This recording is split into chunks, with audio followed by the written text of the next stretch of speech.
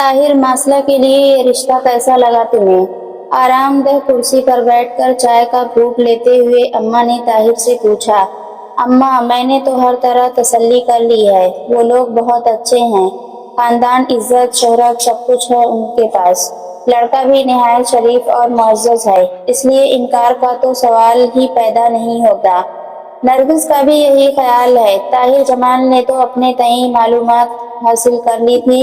आखिर को मासला उनकी बेटी थी और अपनी बेटी को दूसरों के हाथ में देते हुए वो पूरी छानबीन करके इत्मीनान कर लेना चाहते थे। ये उनका फर्ज था, सो उन्होंने अपनी जिम्मेदारी को अहसन तरीके से निभाया। हमें तो ये रिश्ता शुरू से ही पसंद था। आखिर को खानदानी लोग हैं और सबसे बढ़कर रिश्तेदारी भी है। हमें अब ज्यादा टाइम नहीं लेना चाहिए। उन्हें मुतला कर देना चाहिए कि हमें रिश्ता मंजूर है।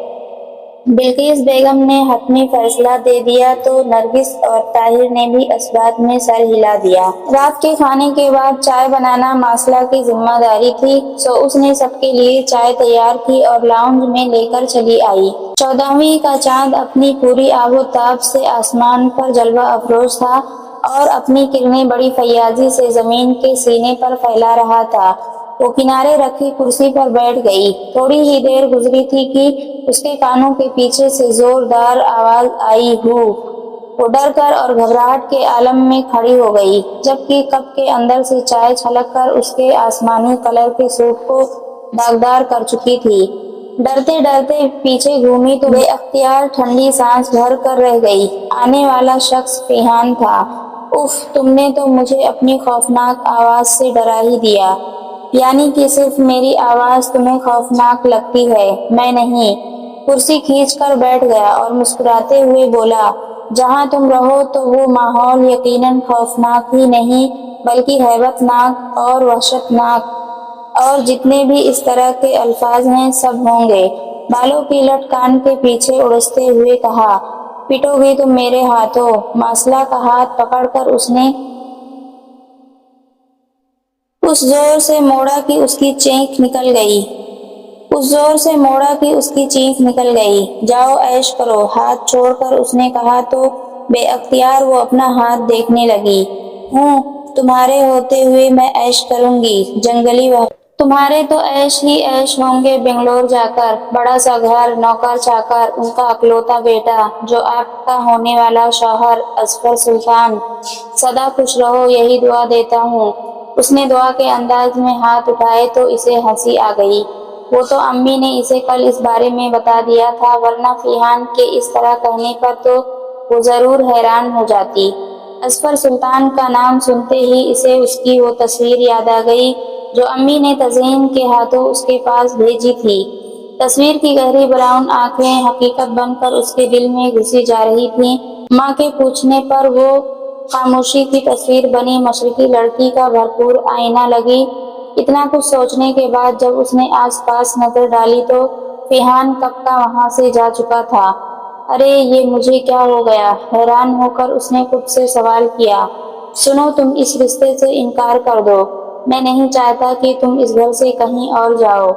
फिहान इसे कमरे में बुलाकर कितनी देर से जज किए हुए था। मुसलसल जिद कर रहा था कि वो इस रिश्ता से इनकार कर दे। आखिर तुम ऐसा क्यों कह रहे हो? मैं हमेशा तो यहाँ नहीं रह सकती। परेशानी के आलम में वो कमरे में टहलते फिहान को देख रही थी। उसके चेहरे पर किसी मनपसंद चीज के गुम हो जाने का खौफ था।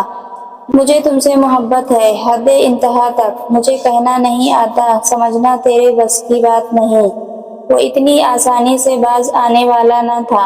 आज वो अपने दिल की हालत उसके सामने आया कर गया। इतने दिनों से जो कुछ उसके अंदर हो रहा था वो और एक पल के लिए भी चैन लेने नहीं दे रहा था। उसने इसे किसी तरह अल्फाज का जामा पहनाकर उसके सामने रख दिया कि वो खुद हैरान था। अपनी बात पूरी करके जब उसने मासला की तरफ देखा तो उसका चेहरा जज्बात की हद्दो तमाजत से धुआं धुआं हो रहा था। बेड के किनारे टिक कर बैठ गई। अपनी ओढ़नी को उंगलियों पर बार बार लपेट और खोल रही थी। आई एम सॉरी, लेकिन तुम जो चाहते हो वो शायद मुमकिन नहीं है। वो एक झटके से उठी और कमरे का दरवाजा खोलकर जैसे आई थी वैसे ही वापस चली गई।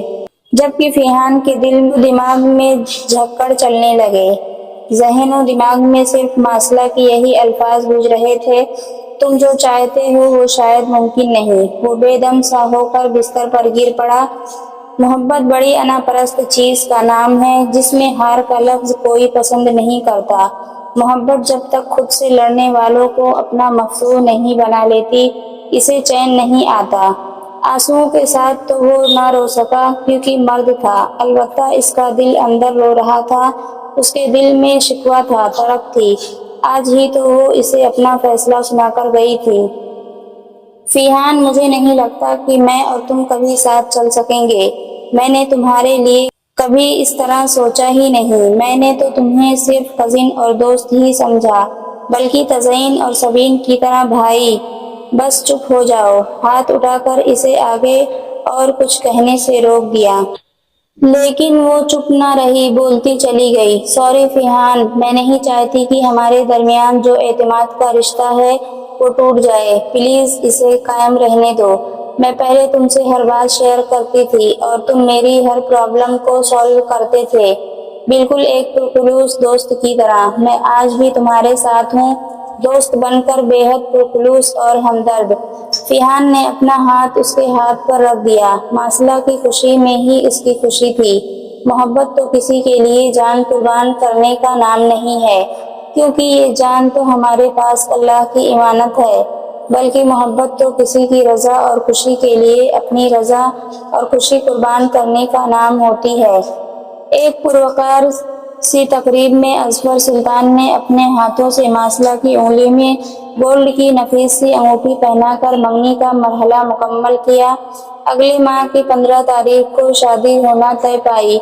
मासला तो बदहवास होकर रह गई। इतनी जल्दी ये सब कुछ तय और करार पा जाएगा, ये तो उसने ख्वाबो ख्याल में भी नहीं सोचा था।